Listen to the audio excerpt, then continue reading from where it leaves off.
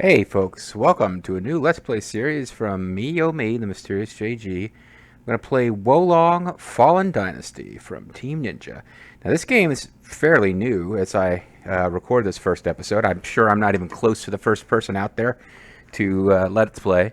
But it's possible that I got people tuning in who are interested in Wolong and don't have previous familiarity with me. So I'm just throwing out a warning right now. If you're looking to see a highly skilled gamer playing a very difficult game, well, you only got about half of that here. Wolong, I'm sure, is going to be difficult. I don't expect it to work exactly the same as Neo and Neo 2, but I think it's meant to be the same level of high difficulty, and I Let's Played those, and I had fun. But I wasn't good at all, and I don't expect to be good at this one either. This is going to be a Let's Play to watch if you enjoy my personality as a Let's Player. Most people don't. You've been warned. Anyway, Wolong. I've been away for so long, Wolong, etc. But it's kind of like, Neo set in RTK times, so sure. Seemed like something I would want to try. This is probably a terrible idea, but hey. What's the worst that can happen? 200 plus videos of me eventually toughing this game out. That's about the worst that could happen, and that's probably what's going to happen. Now, please don't tell me I got a bunch of uploads and updates to... I did install this before I decided to start recording it, but it looks like maybe we're going to run into a little updating. I don't know what the logo over there represents, but we'll find out together probably. Koei Tecmo Games, Team Ninja, and other production titles as well. This game has an autosave feature. Sure it does. I played a little bit on the night that I first installed. I'm planning to start a new game here. So hopefully we will get brand new opening cinematics. So that you can be fully immersed in the story, which is going to be mute protagonists getting butchered by lots of horrific enemies that can kill you in like 2 hits. But it's going to be in China and not Japan. So, yeah. Yep. Loading. Loading times. Loading at times. Well, this is unanticipated. I figured there'd be some difficulties with this series.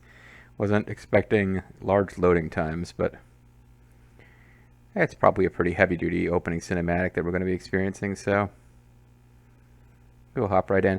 For those who don't know anything about me as a Let's Player who might be joining in, I do have a fondness for the Koei games set in the Three Kingdoms period, so I may be able to pull in some historical context. That might be something to say for watching me versus a good player. The secret of the eternal path, a prize sought by the sovereigns of old. Not as good as Mega Elixir, though, but pretty good. Among them was the first emperor of the Qin, who lusted for immortality. The first emperor of the Qin was, of course, Robert Zadar. The result of his quest to obtain the forbidden medicine was a catastrophe. The elixir's power proved overwhelming.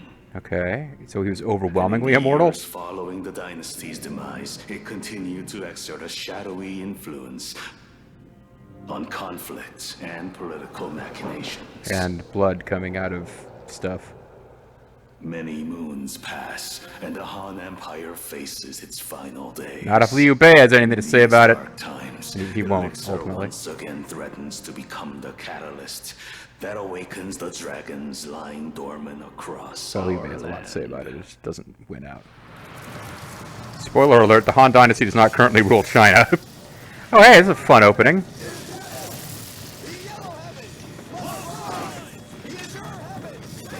Isn't it Azure? Oh, don't tell me they're going to mispronounce words in this game. I won't mispronounce any Chinese names. Bear witness to the power of your younger brother. Bobo? The world shall soon bask in the majesty of the yellow heaven. Bring prosperity for all. Zhang Jiao seems a little dirtier than he does in the Dynasty Warriors games. Oh, okay. So the yellow turbans aren't the heroes, then.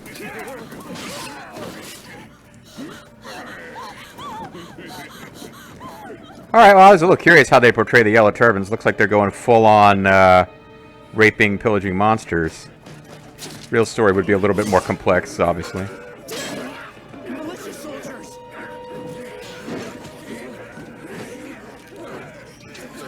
Okay, it's gonna be one of these games. It's not actually a first-person game, but I believe this is the protag that we're... He's just, like, carving up Yellow Turbans.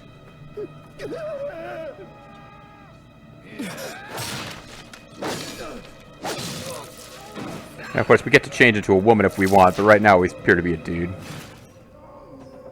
With our silent protag, we pretty much get the design. The blind guy's like, oh wow, I can't believe what you just did. I heard everything. Looks like he's going to elixir us back to life. Elixir would be a handheld brooch, right?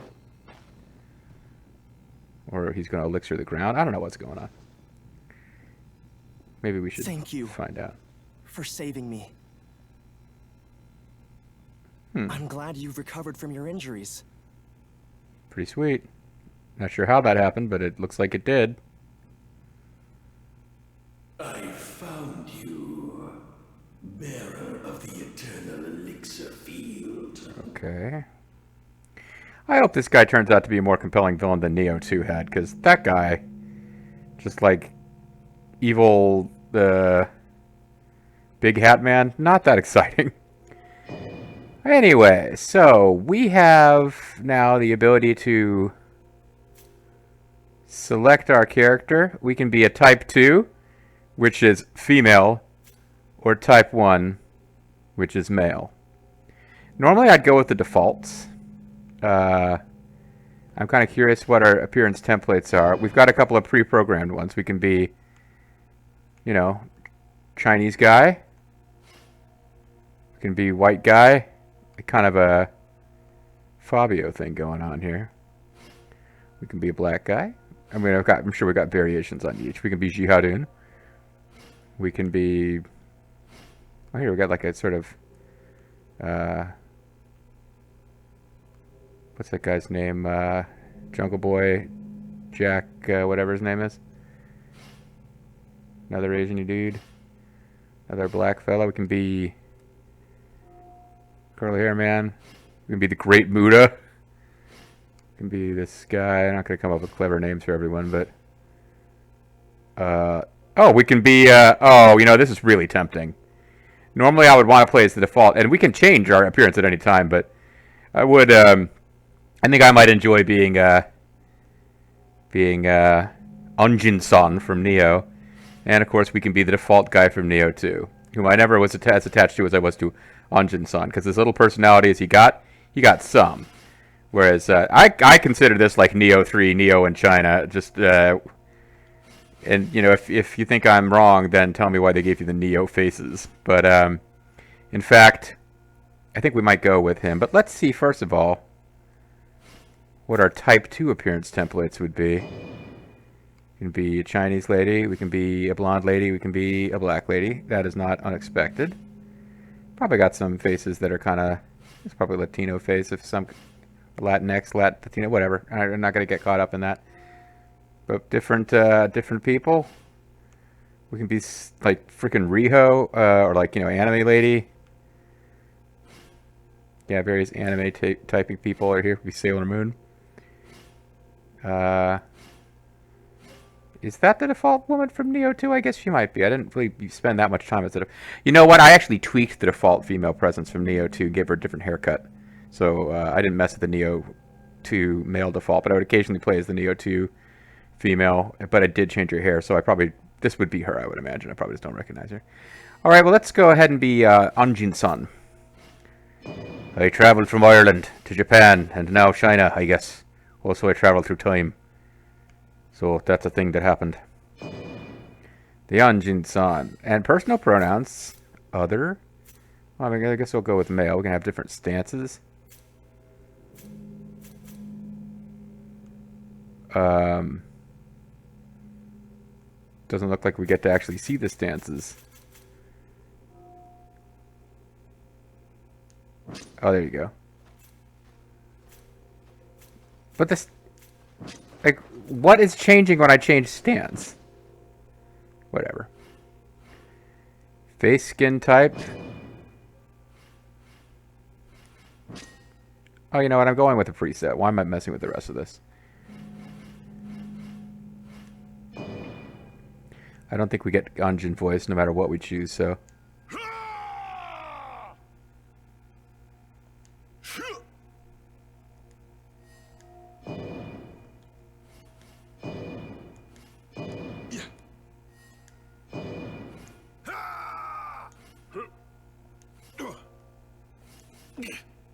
Yeah, whatever. Default. Alright, so let's just be Anjin-san then. Alright.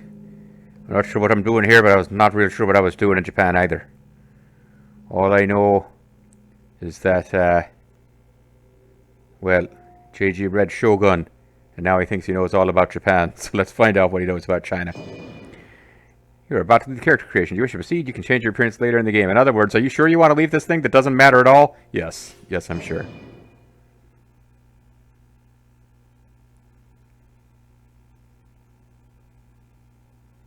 This will give me an excuse to do a stupid Irish brogue throughout this Let's Play. And if we're lucky, there'll be some way where we get to cosplay as characters we meet along the way. Maybe I can be Jing Tsai. I will save the world from demons on behalf of Guanping! Finally. A random Irish person here in like 280 China. Oh, creepy. My wish has been fulfilled. My wish for some Irish guy to randomly appear in ancient China. As long as we have you, victory is still possible. Consider that a talisman of protection. Is that what it is? Because I'll consider it when it is. Your life one day. But I thought it just did. Didn't it just do that? Seems like it brought me back from what should have been a fatal wound. This travesty to continue. All right. Let us depart. Okay, sounds good to me. I don't really know what's happening at all. See, what happened was I went to Japan, right? On a trading mission. I had this whole lot of rivalry with the Portuguese. And then I went to America and met a bunch of Chinese railroad workers, because that all happened at the same time as what was going on in Sengoku, Japan, right? Anyway, I fell in with these railroad workers. We ended up traveling back in time to China. It's been a hell of a journey. Look, I can tell you're a ninja, and a good one at that. I'm sure it will prove useful. Dragon Cure Pot, It's sure. a medicine created from refined chi. With it, you can heal most wounds. I don't know what chi is. Is that anything like whiskey? Alright, but anyway, we'll be able to heal most wounds now, thanks to that. I don't know how to, use it as an item, but, I can kowtow. I have various kowtows that I can do. Look at all the kowtows we can do. Okay, this one's for Zerfall. Nice. Alright, so that doesn't seem that useful. We've got documents. View the documents. We have a character directory. Oh. Blindfolded boy is a young man whose true identity is unknown. He currently resides in a small mountain village. Okay, let's not just have the whole first video be reading text, though. We can probably get around to some of that eventually. Alright, we got your power shot. Quick shot. Power shot. From the tales I have heard, those who have sworn oaths together will share a jade as a sign of their bond. What? It is even said that those bearing strong chi will be able to harness the great power residing within the jades. Oh, cool. Am I going to become Liu Bei? If I'd known that, I probably wouldn't have become Anjin-san. Jump, and we can... Okay, that would be parry. Now, this is blocked, so... Don't really know. Alright, I mean, hopefully we'll get introduced to what the buttons do at some point.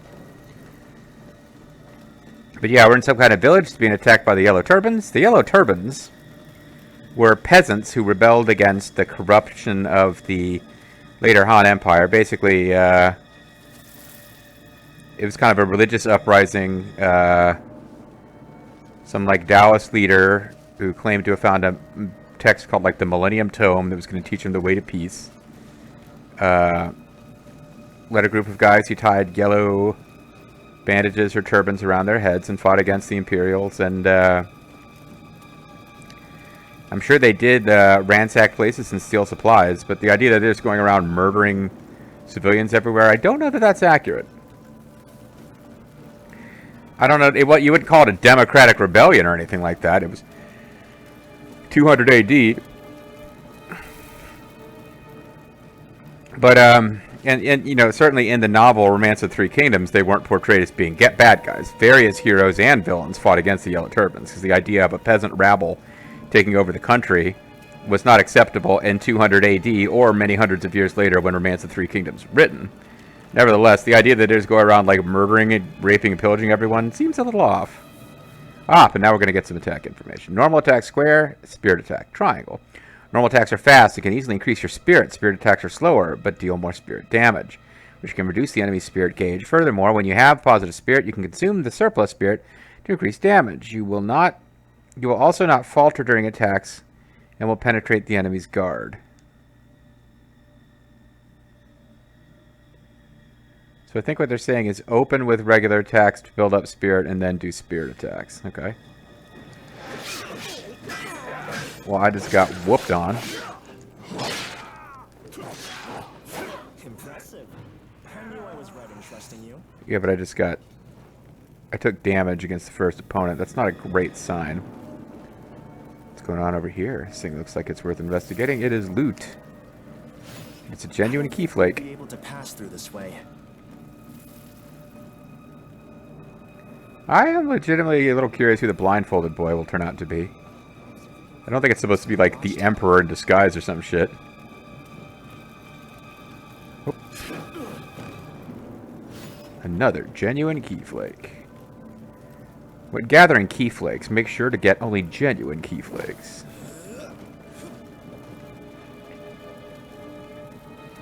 And he detected me.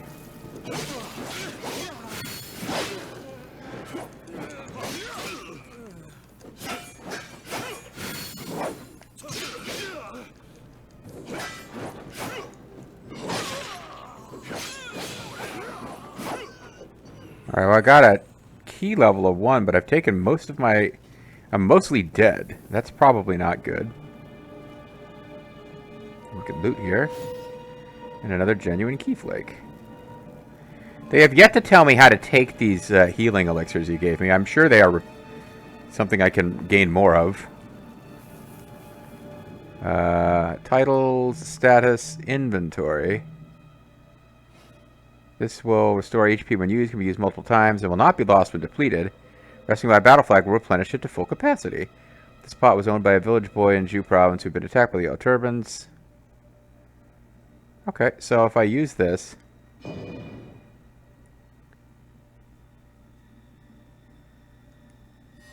I'm meant to be able to use this in battle, though, right? I think I'm supposed to be able to assign it to a button. I mean, that's how it would have worked in Neo. And a key flake is a small flake from a clump of solidified genuine key. Dissolves into thin air once it's used, grants 100 genuine key when used. It's unknown how the clumps of key form.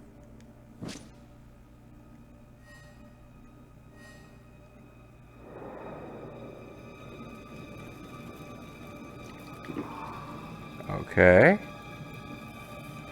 So I used my Healy stuff.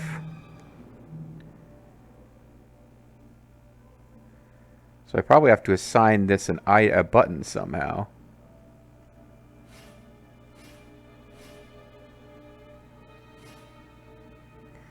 But I don't want to just accidentally use it.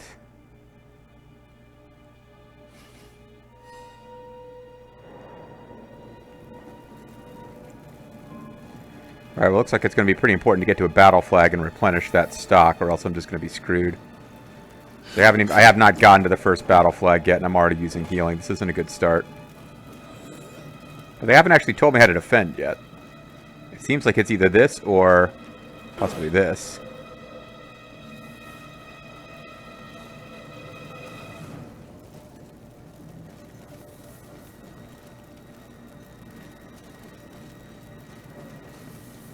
Doesn't really seem like I can enter a lot of buildings either.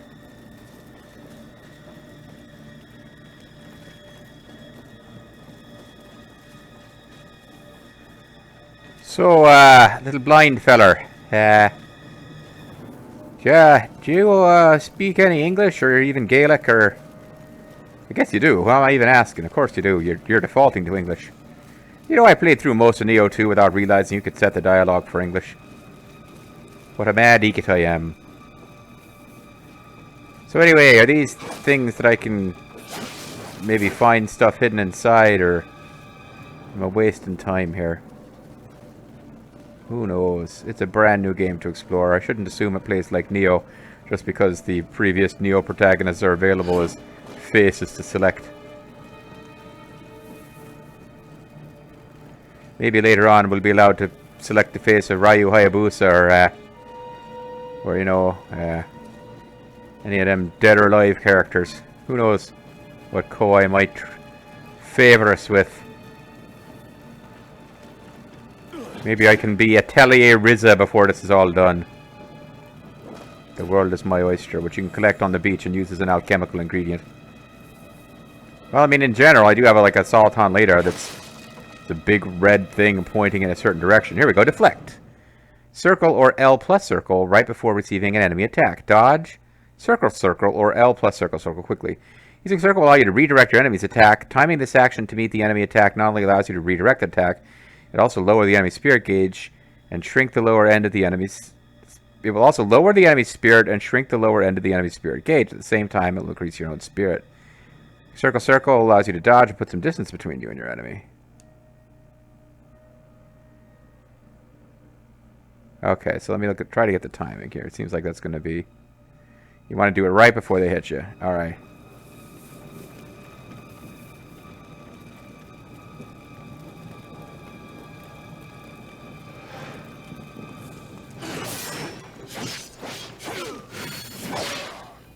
Alright, that went pretty good. So that's probably a thing to get good at. Imagine certain attacks will be undeflectable.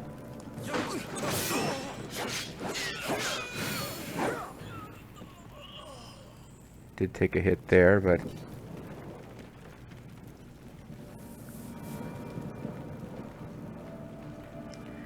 That is a wall that could be scaled. That is fire that I could just jump into if I wanted to take damage, I expect. If we lower that, it might serve as a platform. Okay, well, see, there we go. I can kick something down. This is a familiar mechanic. That's probably a shortcut to bypass some enemies if I get killed, which I certainly will be. I don't expect to do a deathless run of Wolong Empire of you getting murdered. Underestimating an enemy with high morale is certain to end badly for you. Alright. Your morale rank affects your combat power. Likewise, an enemy with a high morale rank is more dangerous. We're at level 0, 1, and 5. Okay, so there's a high level enemy is what they're telling me. And I should be careful. There's also more than one enemy here, which is a thing I really like to avoid in the old Neo games when I could, fighting more than one enemy at a time. The old Neo games. Enemy critical blow. Deflect against an enemy's critical blow. An enemy will wind up to perform a critical blow which cannot be blocked with guard. Taking damage from a critical blow will lower your morale rank by 1. If you redirect an enemy's critical blow, the power of deflect increases. You can significantly break the enemy's attack. Oh, I have a bad feeling about this.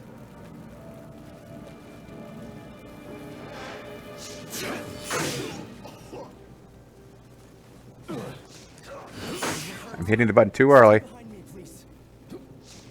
The Yellow Turbans were mostly peasants who suffered from political corruption and natural disasters. Uh-huh. Yet, they had deteriorated into mere bandits that prey on others who are also weak. Whatever could have changed its extent, I wonder. Yeah, see, they're kind of making the point. The Yellow Turbans, not like ideal, perfect role models in all ways, but not like evil monsters, which is how the game's portraying them so far. Yellow Turban Bandit card. Character equip menu. Oh, okay, see, this is how I switch back and forth between stuff. It's always up to activate an item. See, I'm gonna assume the controls are just like Neo until I made familiar with all the controls. So that's potentially a problem. Right now I am wearing Nameless Warrior garb. I could put on Yellow Turban garb. It looks like it is better in most respects. Maybe they'll even be fooled into thinking I'm a Yellow Turban, who just happens to have yellow hair, which makes me even more of a Yellow Turban, right?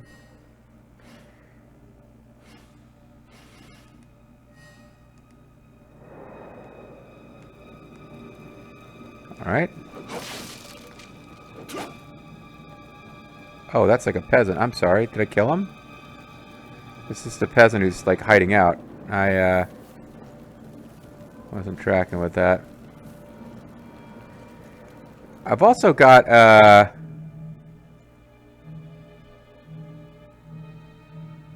says I've saved. It looks like I've saved up enough yellow points to have a glowing number. Does that mean I probably have to find a battle flag before I can level up, right? Probably can't just cross through all that fire. Oh, maybe this is a battle flag. Oh, please tell me this is a battle flag. After pressing in a battle flag, your HP and use of Dragon's Cure Pot will be restored. You can also access a variety of game functions. This is a good thing. Raise the battle flag. Battle flag raised. Fortitude rank increased to 2. By raising battle flag, you can raise your fortitude rank. Your morale rank drops and you are killed, but it will not go below the fortitude rank. Cool. Okay. So I'm feeling like the resources I used to get here were appropriate. I think I can level up. I think that's what that golden number meant. Wood virtue. Fire virtue, earth, metal, water. Okay, I have not been reading facts and learning how to do this, so we're just gonna sort of figure it out. We have genuine key of 540. We have enough to level up once. We can do wood virtue affects HP and the amount of spirit lost when attacked. Fire virtue affects the amount of spirit gained when attacking and the amount of spirit consumed by martial arts. Earth virtue affects the equipment weight and the limit, the amount of spirit gained when deflecting an attack. Metal virtue affects the duration of a high level of spirit can be maintained for, and spirit consumed by wizardry spells. I am planning to have some fun with wizardry spells and stuff. I find the games more interesting if you excuse me, do more than just like, get the best possible stats for the core melee combat, like playing around with wizardry and shit. Ninjutsu and Onmyo and Neo. Sounds like it would be fun. Water. Affects how easily enemies can deflect you and the amount of spirit consumed when deflecting. So this toughens you up. This makes you better at attacking. Weight limit and amount of spirit gained.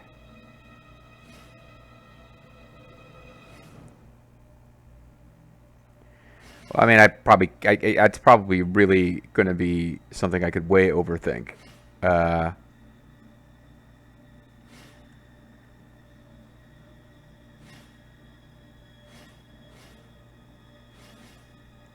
I get a... oh, it's a fuller description. Amount of damage you can take before dying.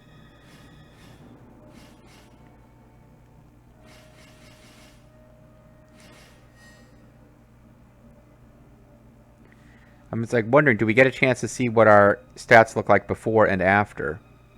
Because it's highlighting different things, but the numbers aren't changing. It's highlighting the things that are going to go up. It looks like your hit points go up no matter what, but probably wood is going to give you more hit points than something else would. Spell duration will go up. This one, spirit sustainability, wizardry spells. It's probably a little early to put points into wizardry.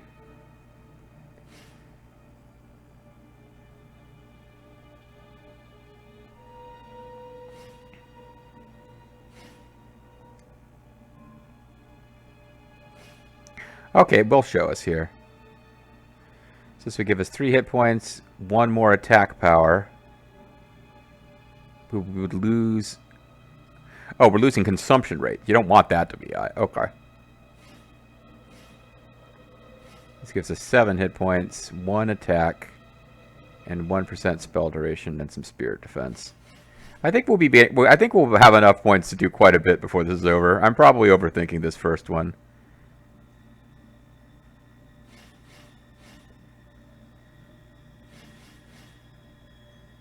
Melee weapon attack +1. Stealth +8. Stealth! Oh, stealth. Stealth is a big friend of mine in Neo.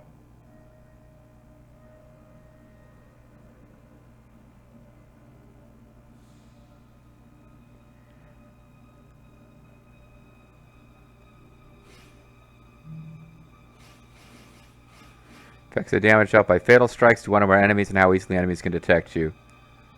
I think I've got where I'm going.